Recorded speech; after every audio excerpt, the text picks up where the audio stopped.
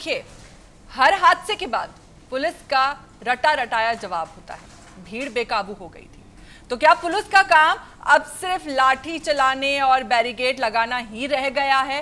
देश देखिए ये जानना चाहता है कि क्या आपके पास भीड़ का सही अनुमान लगाने का कोई मैकेनिज्म नहीं था?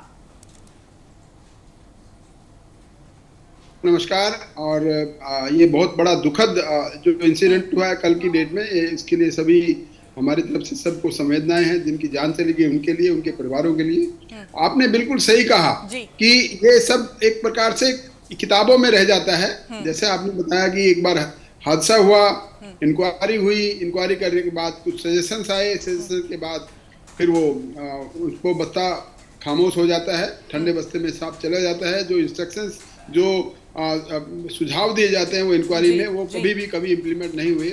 और हम इंडियंस की सबसे बड़ी कमजोरी ये है कि हम बड़े जल्दी भूल जाते हैं। कोई भी इंसिडेंट हुआ उसके बाद सभी 2-4 दिन 10 दिन तक जिक्र करेंगे, उसके बाद सब भूल जाएंगे, फिर वही ढर्रे पे चलेंगे। ऐसी जगह भीड़ में जाना आना और पुलिस का इंतजाम जो लचर इंतजाम है, उसके लिए फिर ये सारी जिम्मेवारियां आ जाती हैं।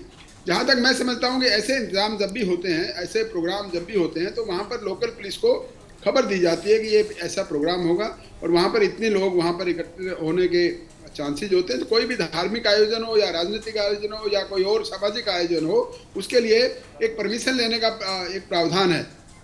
पुलिस से परमिशन ली जाएगी और उस परमिशन के लिए उसमें सब चीज़ बताई जाएंगी। और उस परमिशन के बाद जो एप्लीकेशन परमिशन की आती है जिला प्रशासन के पास में, वो तो पुलिस को, लोकल पुलिस से उनकी रिपोर्ट मांगते हैं। और रिपोर्ट में पूरे ये सब ब्यौरा होता है कि कौन कितने आदमी आएंगे, कितने बजे से कितने बजे तक प्रोग्राम रहेगा, एक्सपेक्टेड भीड़ कितनी रहेगी और उसमें इंतजाम किस किस लोगों के रहेंगे। ऑर्गेनाइजर्स ने अपने वॉलंटियर्स लगाने हैं, कितने लगाने हैं, कितने नहीं लगाने हैं, क्योंकि सारा पुलिस की जिम्मेवारी में नहीं होती।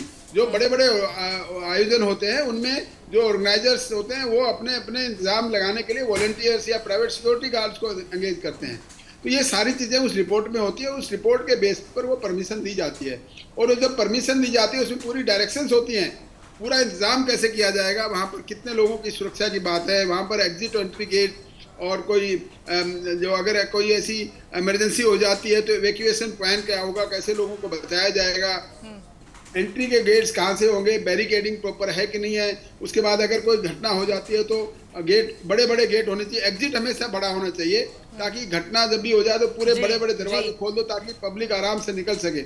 ये सारी चीजें बताई जाती हैं। लेकिन हम जो ऑर्गेनाइज करने वाले हैं या वो जो पुलिस वहाँ पर ड्यूटी लगती है, वहाँ पर मैं समझता हूँ कि पुलिस की बहुत ज़्यादा ड्यूटियाँ होती हैं, तो इसलिए बड़े जो इंतजाम होते हैं वहाँ पुलिस बहुत ज़्यादा डिप्लॉय नहीं की जाती है, खास तौर से ऐसी जगह पर। तो यहाँ पर ऐसी जैसे घटना हुई है, यहाँ पर कई जगह एक बार तो ये पता लगा कि वहाँ पे बिजली का करंट वाली अफवाह फैल गई। यहाँ पे अफवाहों को रोकना बड़ा जरूरी है और अफवाहों को रोकने के लिए पुलिस के पास क्या तंत्र है कि वो एक लाउड स्पीकर हर जगह लगाए जाते हैं, एक जगह से अनाउंसमेंट सिस्टम होती है, पूरी पब्लिक को समझाया जाता है कि ये सब अफवाह है, इसकी अफवाह के चक्कर में आप कोई भगदौड़ ना करें, शांति रखें, संयम बनाए रखें और हौसला बनाए रखें। ऐसी कोई बात अगर होती है तो उसमें अफरा तफरी का माहौल ना हो, ये पुलिस की तरफ से सारा कुछ इसमें समझाया जाता है। लेकिन कभी न कभी इतना होने के बावजूद भी ये घटनाएं हो जाती हैं, बहुत से लोग समझ नहीं पाते हैं।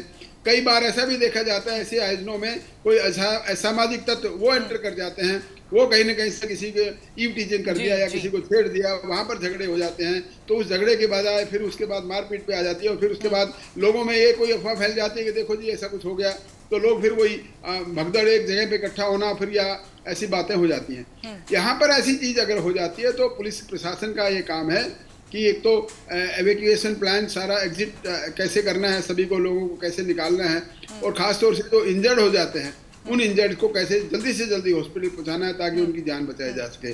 और ऐसी जगह पे कई बार आग लगने की घटना भी हो जाती है, वहाँ पर आग लगने के संयंत्र लगा रखे कि नहीं लगा रखे, वो सारी चीज़ देखनी होती है। वो सब जो इंतजामिया जो लेटर होता है, जो इंतजाम क्या क्या करना है ऑर्गेनाइजेशन, वो सब होता है। और कई बार ये भी देखा जाता है कि यंत्र तो लगे हुए दिख रहे हैं, लाल लाल वो फायर एक्सटिंग्विशर्स है, लेकिन वो फायर एक्सटिंग्विशर से जब जरूरत पड़ती है तो चलते नहीं है क्योंकि ऑब्सोलीट है, उनमें आउटडेटेड हो जाते हैं, उसमें गैस नहीं होती है या उसमें ऐसा चीज़ होती है कि वो खोलने से खुलते नहीं है। कई बार फायर के हाउसेज जो होते हैं, जैसे कई बार आपने देखा होगा वहाँ पर ये होता है शीशा तोड़िए तो पानी की वो पूरी पाइप निकल आ जाएगी, वो कभी कई बार ट्राई नहीं करते हैं, कई बार बहुत सालों तक अगर वो जाम रह जाते हैं तो वो काम नहीं करते हैं। तो ये सभी चीज़ें हैं, मैं समझता हूँ टाइम टू टाइम पुलिस के द्वारा इनकी रिहर्सल करते रहना चाहिए, ताकि ऐसी घटना होने से पहले हम सब अलर्ट मोड पर रहे